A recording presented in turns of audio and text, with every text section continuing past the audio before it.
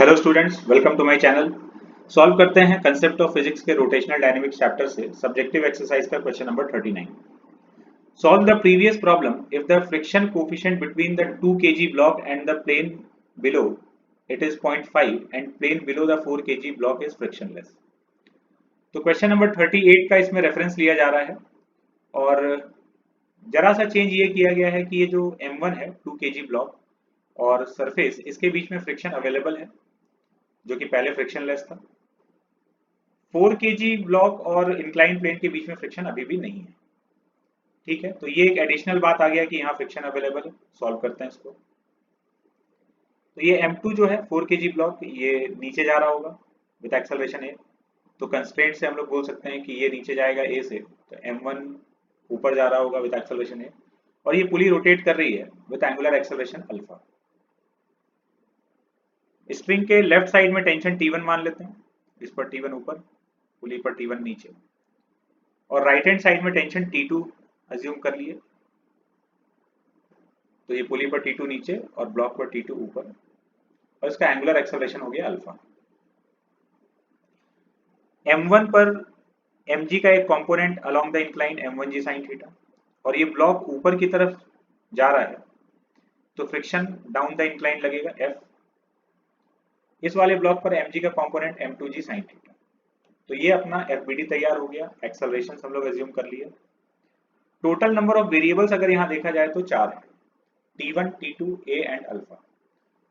4 equations का हम लोग को रिक्वायरमेंट होगा।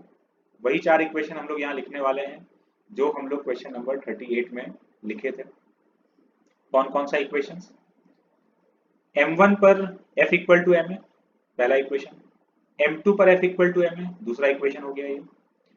पुली पर torque equals to I alpha, third equation. और पुली और स्प्रिंग के बीच में नो स्लिपिंग कंस्ट्रेंट, ये हो गया फोर्थ इक्वेशन। तो लिखते हैं equation.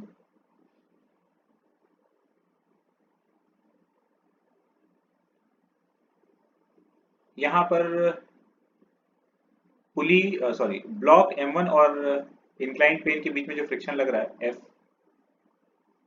F is equals to mu M1g cos theta. Normal का वैल्यू यहाँ पर M1g cos थीटा होगा, तो friction mu into n, mu M1g cos theta. और यहाँ पर M2 और इंक्लाइन के बीच कोई फ्रिक्शन नहीं है। इक्वेशन लिखते हैं।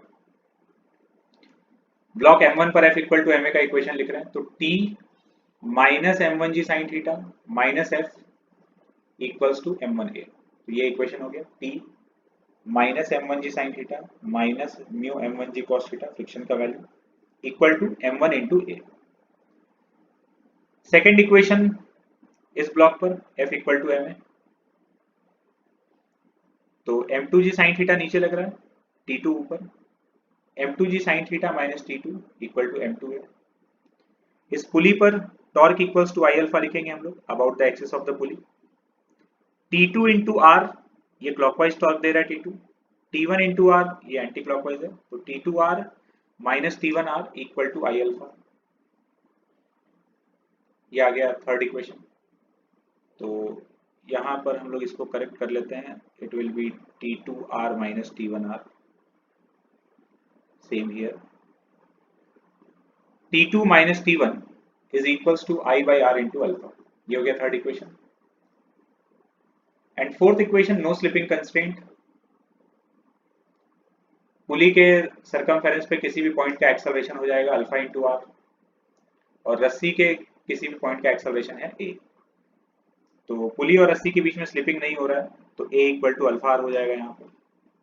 ये अपना फोर्थ इक्वेशन। फिर हम लोग इक्वेशन 1, 2, 3 को ऐड कर देंगे। यहाँ पर ये थर्ड इक्वेशन में हम लोग करेक्शन किए थे, इसको यहाँ पर भी नोट कर लेते हैं। ये T2 माइनस T1 सबको ऐड कर देंगे तो T1 T2 कैंसिल हो जाएगा और यहाँ जो अल्फा आ रहा है इस अल्फा को हम लोग इक्वेशन नंबर 4 से A बाई आर लिख सकते हैं। तो यहाँ अल्फा को A बाई आर रिप्लेस कर दिया गया है ये नीचे वाले स्टेप में। तो अब यहाँ पर अननोन सिर्फ A है, तो A का वैल्यू हम लोग को मिल गया।